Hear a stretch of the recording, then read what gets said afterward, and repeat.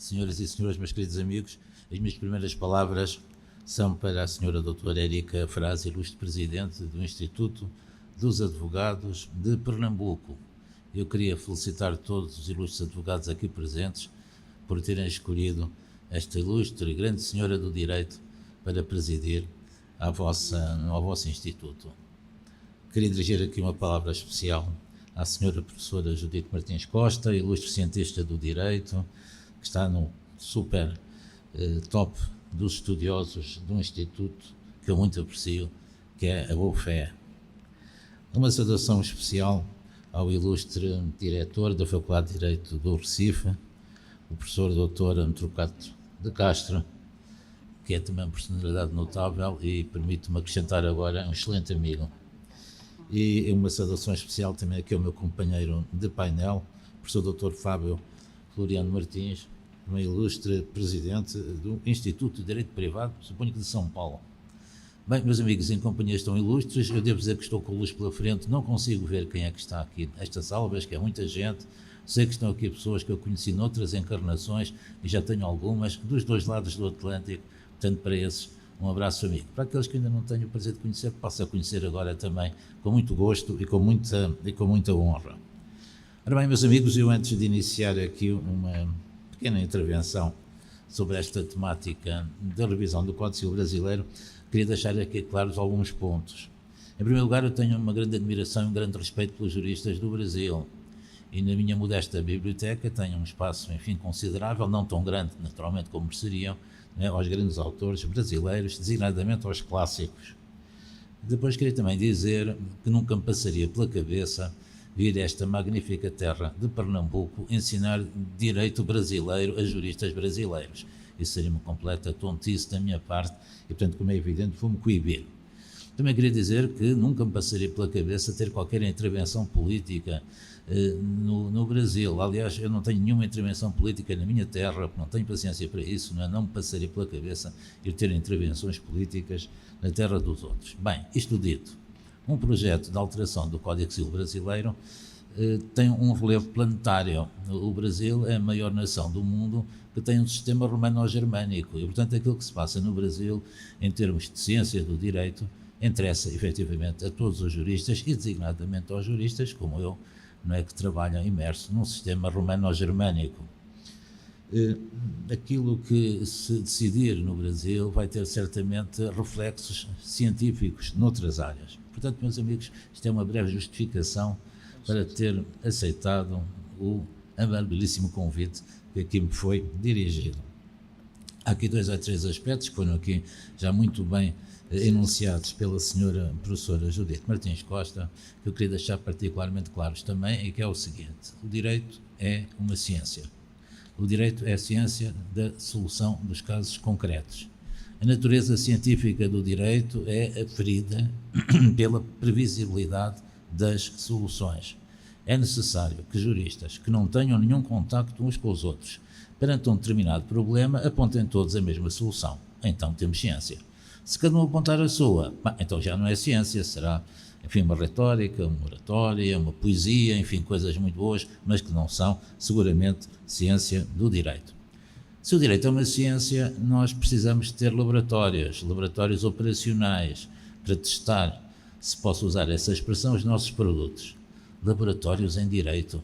É verdade, laboratórios em direito. Nós temos 2. O primeiro é a história e o segundo é o direito comparado. Nós, através da história, podemos verificar quais foram os problemas que surgiram e como é que eles foram sendo resolvidos. E mais, qual é o resultado das soluções que foram encontradas. Através do direito comparado, pois naturalmente há outros povos com outros direitos, mas com problemas semelhantes aos nossos, como é que eles resolveram, quais foram as consequências dessa solução. Qualquer reforma jurídica, científica, passa por esses 2 laboratórios, história e direito comparado. Reparem, meus amigos, é muito difícil, não vou dizer que seja impossível, mas é muito difícil que hoje em dia, à face da Terra, surjam problemas que nunca foram pensados por ninguém. Eu até diria que os grandes problemas que surgem hoje em dia já foram tratados pelos clássicos gregos do ponto de vista da filosofia e pelos clássicos romanos do ponto de vista da ciência do direito. Repare, eu não estou a defender o imobilismo do direito, com certeza que não. As sociedades têm a sua dinâmica própria. Mesmo hoje em dia, quando nós, nos nossos códigos civis, continuamos a aplicar claramente o direito romano, mas é um direito romano atual, não é, para usar uma linguagem de Hering, não é um direito real, um direito, digamos, atuante e que tem em conta as realidades dos nossos dias. Ora bem, então, o que é que nós poderíamos dizer nos nossos laboratórios quanto a reformas de direito civil? Bom, sobre esse assunto eu poderia, enfim, falar longamente. Ontem, numa conferência que foi feita na Faculdade de Direito do Recife, falei sobre isso. Agora não ia repetir esse tema, vou só chamar a atenção para 2 ou 3 tópicos. Grandes códigos, grandes reformas. Primeiro, o Código Civil francês, de 1804. Bem, esse código tem um historial de algumas centenas de anos de preparação e veio resolver problemas muito concretos, designadamente a nível das fontes do direito, que eram extremamente confusas em França, antes da Revolução Francesa, e depois ainda mais confusos ficaram depois da Revolução Francesa, e aos quais os juristas de Napoleão pretenderam pôr cobro e puseram. Esse código, aliás, continua em vigor em França. O código foi muito discutido quando tinha 100 anos de idade, prepararam-se várias reformas que não foram para a frente. Finalmente, em 2016, fez-se a reforma da parte dos contratos. Essa reforma visou, efetivamente, atualizar o direito francês, que tinha ficado um pouco para trás, tomar o pulso à jurisprudência e consagrar soluções que, enfim, de certa maneira, aproximaram o direito francês do direito alemão, só sobre contratos. Sobre a responsabilidade civil continua-se a discutir, já foi adotado um projeto, aliás, muito interessante, mas bastante mais humilde do que o projeto que está em cima da mesa agora dos juristas brasileiros, e até este momento só foi publicada uma lei de reforma da responsabilidade civil, que foi uma lei sobre a responsabilidade por perturbações de vizinhança. Portanto, vejam bem a cautela com que os franceses, e a França sabem que se caracteriza por ser aquela tendência revolucionária, não é? De vez em quando levantam-se e partem tudo, e o que é hoje em dia em França, enfim, é capaz de testemunhar essa tendência, mas lá quando estamos mexer no direito civil, vamos pensar, e vamos pensar muito. O segundo exemplo é o alemão, não é? Nós temos na Alemanha o código alemão BGB, conhecido pela sigla BGB, que foi aprovado em 1896 para entrar em vigor em 1900, e esse código tem um historial também de centenas de anos de preparação e designadamente tem todo o século XIX de uma intensa atividade que recaiu sobre o direito romano e que visou fazer dele o direito romano atual. Pronto, foi então adotado esse código, esse historial. Enfim, houve várias linhas de reforma, designadamente durante o período nacional-socialista e até antes dele. Nunca se tocou seriamente no código, até que finalmente foi preparada a reforma que foi adotada em 2000, para entrar em vigor em 2001. Essa reforma teve por trás dela cerca de 30 anos de preparação. Foram publicados volumes de estudos bem densos, com aquela letra miudinha, não é, que os alemães põem sempre nas suas publicações. Mesmo assim, foi objeto de uma viva discussão, e depois de ter sido adotada essa reforma, graças sobretudo ao impulso científico do professor Cláudio William Canaris, depois de ter sido adotada essa reforma, houve também uma viva discussão, e neste momento podemos considerar que ela está efetivamente assimilada. Uma referência, enfim, à experiência portuguesa. O primeiro Código Civil português data de 1867, foi também preparado durante toda a metade do século XIX. Houve uma recomposição que teve um pouco em vista o modelo francês, o modelo napoleónico, e finalmente fez esse código. Ele era realmente necessário na altura, porque andávamos com as ordenações e com uma série de leis que tinham surgido entretanto. O código foi feito, as universidades, designadamente a Faculdade de Direito de Coimbra na altura, atualizaram a ciência do direito portuguesa, seguindo o bom exemplo, aliás, que vinha do Brasil, desde Teixeira de Freitas, adotando um modelo que se aproximava do modelo romano-germânico. A matéria foi maturada durante bastante tempo. Em 1944 decidiu-se então preparar um novo Código Civil. Os trabalhos foram intensos, prolongaram-se por mais de 20 anos, foram publicadas dezenas de milhares de páginas sobre os diversos aspectos da reforma, designadamente na área das obrigações, mas também noutras áreas. Foi ponderada a evolução histórica, foi ponderado o direito comparado que havia, e lá se fez então a reforma de 1966, que é o código que está hoje em vigor, em Portugal. Esse código foi muito alterado na área do direito da família, porque, se me permitem a expressão, por um disparate histórico, adotou-se o modelo de direito da família em 1966, que já não era aquele que vigorava no país, e designadamente não consagrava a igualdade entre os cônjuges, não é? Tudo isso foi alterado depois da Constituição, portanto foi a área que foi mexida. As áreas mais sensíveis, a parte geral, direito às obrigações, não estão em cima, nem nunca estiveram em cima da mesa para efeitos de modificação. Deixem-me ainda dizer, só como curiosidade, mas curiosidade relevante, que o Código Civil português aplica-se neste momento a cerca de 10 milhões de almas em Portugal. Suponho que a população de Pernambuco é maior do que essa, mas aplica-se também a cerca de 60 milhões de seres humanos fora da Europa, uma vez que continua fundamentalmente em vigor nos países que falam português, designadamente em Angola e Moçambique, enfim, que têm elevado as taxas de crescimento demográfico. Eu, quando chego a este ponto, perante assembleias de colegas brasileiros, onde estão, enfim, jovens, eu gosto sempre de dizer o seguinte, meus amigos, neste momento as taxas de crescimento na África, que fala português, são muito superiores à taxa de crescimento demográfico do Brasil.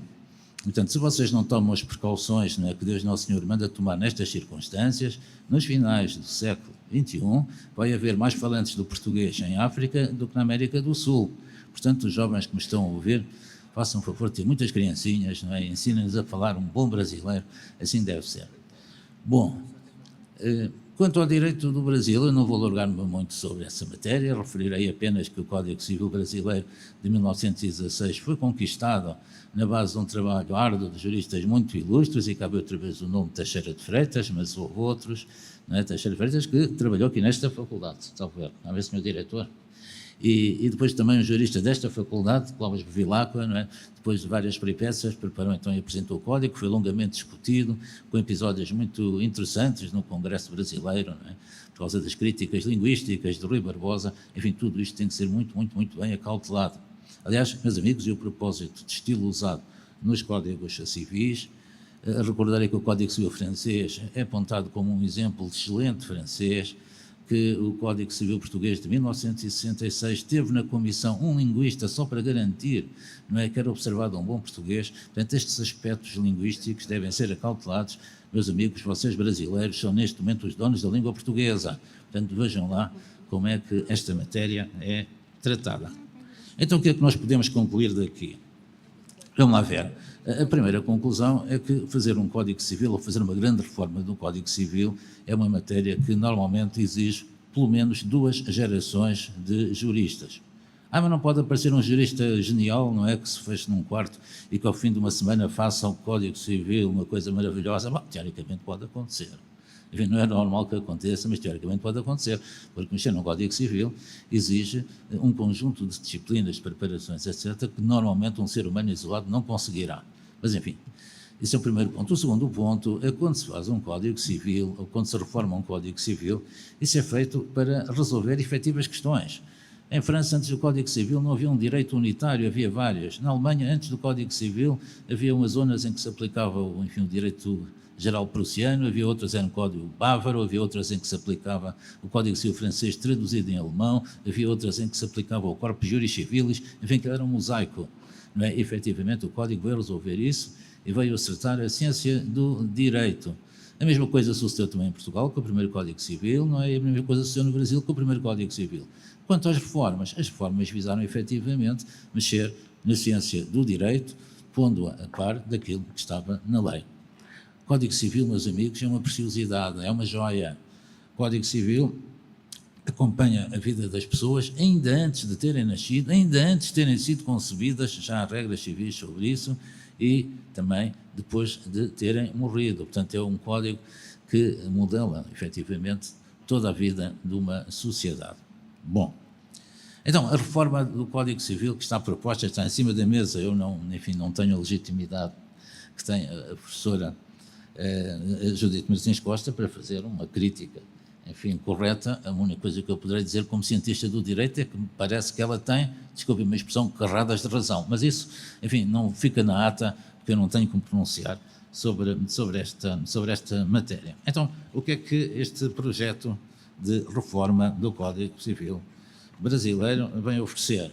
Vem oferecer, em primeiro lugar, ao povo do Brasil, em segundo lugar, aos juristas brasileiros, mas, se me permitem, aos juristas do planeta Terra, sobretudo aqueles que cultivam um sistema romano ou germânico, como é o sistema brasileiro.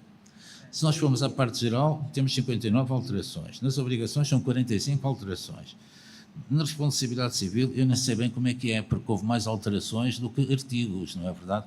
Enfim, o doutor depois explicará como é que acontece este mistério. Nos contratos foram mais 114 alterações, nos reais 119 alterações. Eu não vou falar da família das soluções e das empresas e do digital, enfim, porque já seria muita coisa, mas também são muitas alterações. Portanto, a primeira pergunta é, mas esperem lá, mas isto é uma reforma do Código Civil ou isto é um novo Código Civil? É que se for um novo Código Civil, quando o Código Civil de 2002 ainda permite uma expressão código bebé, porque o direito civil é um direito, enfim, que vai crescendo lentamente. Não é? O Aristóteles dizia que a maioridade atingia só aos 49 anos. Não é? Portanto, quer dizer que o Código Civil de 2002, enfim, está naquela fase de transição, não é, de bebé para um pouco maior. Portanto, muitas alterações, efetivamente, é surpreendente, tantas alterações num código tão jovem, isto independentemente do que lá esteja, como é evidente. E que tipos de alterações é que nós encontramos? Bem, em primeiro lugar, retoques linguísticos. Claro que os retoques linguísticos, eu bem sei que o português do Brasil tem particularidades, tem sonoridades e por aí fora.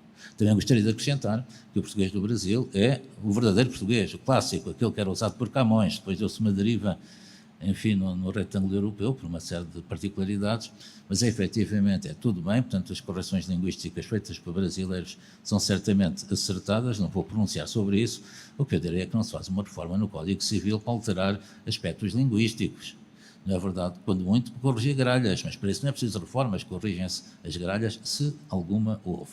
Agora, cuidado, porque o direito civil, aliás, como todo o direito, mas o direito civil, marcadamente, não é um conjunto de normas, não é um conjunto de textos, não é um conjunto de artigos. Se fosse, meus amigos, não estamos aqui a fazer nada. Não é preciso juristas, bastava que houvesse letrados. Não, o direito está organizado num sistema, ou seja, existem relações estáveis entre as diversas proposições jurídicas. Isto significa, meus amigos, que se nós mexermos numa dessas proposições, o direito, como sistema, vai procurar novos equilíbrios. Às vezes, uma alteração num ponto vai provocar perturbações noutros pontos. Não é? O exemplo que ocorre imediatamente é o chamado efeito borboleta, não é? Que toda a gente conhece. Portanto, mesmo essas alterações, digamos, linguísticas, e são muitas, estão aqui propostas, não é? Podem ter consequências que têm que ser devidamente testadas. Em segundo lugar, temos acertos pontuais em soluções que já estavam. Nos casos são pequenas correções, noutros casos é para dizer aquilo que já estava dito, mas para dizer com outras palavras mais desenvolvidas e por aí fora. Quanto a acertos pontuais, eu diria o seguinte, bem, os acertos pontuais podem ser significativos, podem ser requeridos por problemas sociais novos que, entretanto, foram detectados. Em geral, todavia, acertos pontuais não justificam uma reforma do Código Civil. Isto não é um código da estrada, não é em que agora o limite era 70 km por hora e agora passa a 65, o direito civil. Não é isso, com certeza, é outras coisas. Portanto, meus amigos, os juristas do Brasil é que sabem, eu como observador externo muito interessado, mas que não tem nada a ver com o assunto, o que eu poderei dizer é, também não se fazem reformas para pequenos acertos pontuais. Depois temos novidades, efetivamente, de regulação. São umas quantas. Nos casos, enfim, pois eu subscreveria o que foi dito aqui pela senhora professora Judite Martins Costa, são um pouco, digamos, bizarras. Noutros casos, enfim, são opções científicas. Olhem, meus amigos, enfim, acertos de regulação devem ser antecedidos de estudos aprofundados. Estudos aprofundados. Estudos que normalmente preenchem pelo menos 2 gerações de juristas. Eu disse ontem que fazer uma reforma desta amplitude em 180 dias é algo que vai direitinho para o livro dos recordes, não é para o Guinness, não é? Suponho que isso nunca foi feito em parte nenhuma. Mas enfim, meus amigos, não é? Sei que o Brasil é uma terra jovem, dinâmica, que é capaz de verdadeiros milagres, pois se estivermos aqui perante um deles, cá estarei eu para humildemente retirar o meu chapéu. E depois temos situações de reestruturações completas, quer dizer, aquilo que vai na responsabilidade civil, enfim, é efetivamente, como direi, perplexizante a expressão que me ocorre, mas, enfim, sobre isso aqui o meu ilustre colega Fábio irá certamente esclarecer. Bom, portanto, estes são, enfim, traços muito largos daquilo que efetivamente muda.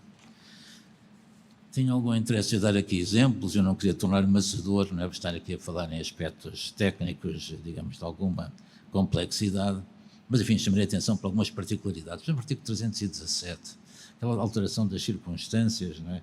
Tinha sido acolhida quando foi da reforma de 2002, uma fórmula um pouco italiana da excessiva onerosidade. Meus amigos, se fosse possível, algum jurista, eu até me atrevo a dizer, seja no planeta Terra, ou seja no planeta Marte, ou seja em qualquer sítio, pegar numa caneta e fazer um regulamento completo sobre a alteração das circunstâncias, o que eu poderia dizer é, já não há alteração das circunstâncias, acabou. Não é? Aquilo que temos é um regulamento que será observado, então, mas o pior é que elas existem, não é como as bruxas. Há mesmo alterações das circunstâncias.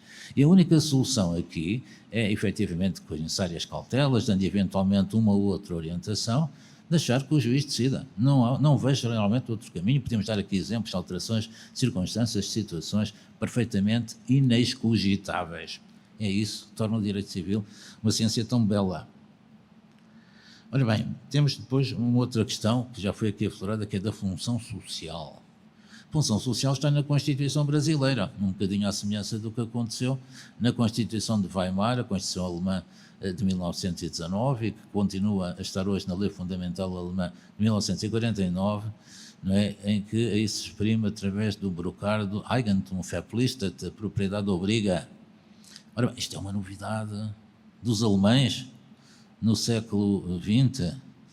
Não, meus amigos, isto já estava na lei das Sesmarias, portanto, a lei do rei Dom Fernando, não é? Em 1375, 28 de maio, salvo erro, de 1375, não é? Que quem não cultivasse a terra, não é? Eram tomadas medidas a nível municipal para que as terras fossem entregues a quem efetivamente as cultivasse. Isto é função social da propriedade. Não tinha o nome, mas tinha o regime, não é? Portanto, não é novidade nenhuma. Aliás, se formos mais para trás, até encontramos soluções já deste tipo nos romanos. Está bem, eu acho ótimo que a Constituição o diga. O Código Civil não tem que repetir aquilo que diz a Constituição, então mal estaríamos, não é? São planos diferentes, não é? E, portanto, esta matéria, penso eu, está muito bem na Constituição. Agora, considerar que os contratos têm uma função social e que a função social dos contratos, se não for respeitada, torna os contratos nulos, isso é realmente uma solução, digamos, bizarra. Porque, reparem, meus amigos, o contrato é a manifestação da nossa liberdade pessoal e económica. O contrato, uma vez celebrado, tem que ser cumprido. Eu, ao longo da história, posso detectar ideologias que puseram em causa o rei, que puseram em causa o Estado, que puseram em causa o casamento, que puseram em causa a propriedade. Há ideologias para todos os gostos. Nunca houve nenhuma ideologia que dissesse que os contratos não devem ser cumpridos. Isso seria impossível. Se houvesse uma ideologia desse tipo, isso era equivalente a acabar com a sociedade. Nenhuma sociedade humana pode existir se aquilo que as pessoas combinam não for para cumprir. Portanto, isto é sagrado. São Tomás de Aquino dizia que a pessoa que não cumpre o contrato é uma mentirosa, porque disse uma coisa e não fez. E a mentira é um pecado. Portanto, não se esqueçam, meus amigos, que quem não cumprir contratos ainda tem a ameaça do inferno, além das consequências, não é, que ocorram aqui nesta nossa vida, na vida atual. Ora bem, se uma pessoa tem liberdade, se não está a violar a lei, porque é que não há de celebrar um contrato? Por exemplo, eu quero contratar um pianista para ele tocar no deserto. Não, mas tocar no deserto não está ninguém a ouvir. Pois não, mas eu tenho um gosto pessoal em que saiba que está um pianista a tocar no deserto e pago por isso. E o pianista dirá, pois é um bocado bizarro estar a tocar no deserto, mas se me pagam para isso, porque não? Eu tenho mulher e filhos, portanto vão lá tocar no deserto. E agora o direito vai dizer, não, esse contrato não segue a sua função social. Portanto, o contrato é nulo. Portanto, bem, aqui não sei qual era a solução, que o pianista ficaria sem o dinheiro, enfim, não sei se seria possível restituir as notas que ele porventura tivesse tocado. Eu suponho que esta função social tem outro significado qualquer. Eu suponho que se foi aqui a repescar a causa, não é, que havia no direito francês. Havia uma causa objetiva, não é, que comandava o respeito por aquilo que fosse celebrar. Só que os franceses, depois de 2 séculos de trapalhada, é que não foi outra coisa, tiveram o bom senso agora em 2016 de tirar a causa do Código Civil. A reforma francesa de 2016 tirou a causa. Os italianos ainda têm, onde aliás continua atrapalhada, e graças a Deus conseguimos evitar que isso aparecesse no direito português. Bom, meus amigos, depois vocês têm a função social que pode até fazer cair os contratos, certamente que saberão lidar com esta matéria. Boa fé de ordem pública. A violação dos deveres acessórios é uma espécie de inadimplemento, não é? O que resulta agora do artigo 422. Bem, não tenho aqui grandes comentários para fazer, não é? Boa-fé, efetivamente, é a repercussão dos valores fundamentais do sistema em cada situação. Saber se é de ordem pública ou não depende agora do que esteja concretamente em causa. Não é? Por exemplo, uma pessoa que viola um dever acessório por qualquer razão ou que ponha em causa um dever acessório, isto é ordem pública? É contrário à boa-fé, mas é ordem pública. Ou então temos aqui uma nomenclatura, mas aí, meus amigos, eu ofereço o merecimento dos autos, não é? Como diziam os advogados na minha terra, quando não tenho nada para dizer, porque eu realmente aqui não sei o que mais poderei acrescentar. Bom, enfim, tínhamos aqui outros aspectos, eu não quero, enfim, alongar-me demasiado, e talvez concluir apontando aqui brevemente, digamos, algumas sombras, não é? O que eu podia chamar algumas sombras neste domínio. Pois é, a primeira sombra que já não entendo com a minha letra. Ora bem, então vamos lá ver. O primeiro ponto, suponho que toda a gente sabe, mas às vezes aquelas coisas que toda a gente sabe, vale a pena repeti-las. Um Código Civil é, digamos, o top dos tops, não é, de qualquer ordem jurídica, num sistema romano-germânico. Portanto, mexer no Código Civil é um assunto seriíssimo, isso só deve ser feito, enfim, com todos os estudos e por aí fora, por aí fora. Esta projetada reforma do Código 2002 brasileiro aparece em contraciclo com as outras reformas de outros países que eu conheço, designadamente o meu, mas também tomando os exemplos da França e da Alemanha e da Itália. Eu agora não me irei largar aqui sobre esta temática do direito italiano. Isto é mesmo necessário? Existe alguma questão social neste momento que exija uma mexida deste género? Aliás, a mexida em causa, que anda aqui no Código Civil, não é uma mexida social, é uma mexida técnico-jurídica, digamos assim. Eu, pelo que tenho ouvido, parece-me que não será, mas enfim, aqui os juristas do Brasil saberão responder a esta pergunta. Esta matéria está sedimentada, temos, por exemplo, aqui um livro sobre direito digital, está sedimentado. Escutem, um Código Civil não é, digamos, uma área de experimentalismo. Não é? Começa-se por fazer umas leis tranquilas, vê-se como é que elas são interpretadas, como é que elas são aplicadas, e por aí afora, fazer experimentalismo num Código Civil, enfim, suponho que, enfim, está fora do sítio. Realmente, meus amigos, o direito civil é o direito à liberdade. É o direito que mais nos interessa a todos. Vocês reparem, uma Constituição é bonito, é essencial, os povos devem ter as suas Constituições. Haver eleições de 4 em 4 ou de 5 em 5 anos é muito importante, sem dúvida, não é? Mas o Código Civil é mais do que isso. O Código Civil é, como digo, a vida que ainda não começou sequer, ainda não foi concebida à criança, já se aplica ao Código Civil e que ultrapassa a morte das pessoas. É aquele que nos acompanha no dia a dia. Tudo aquilo que nós fazemos tem a ver com o direito civil. E para concluir, eu diria, o direito civil é muito, muito bonito, é muito giro, como se diz na minha terra. Portanto, deve ser tratado com cuidado, deve ser tratado com amor.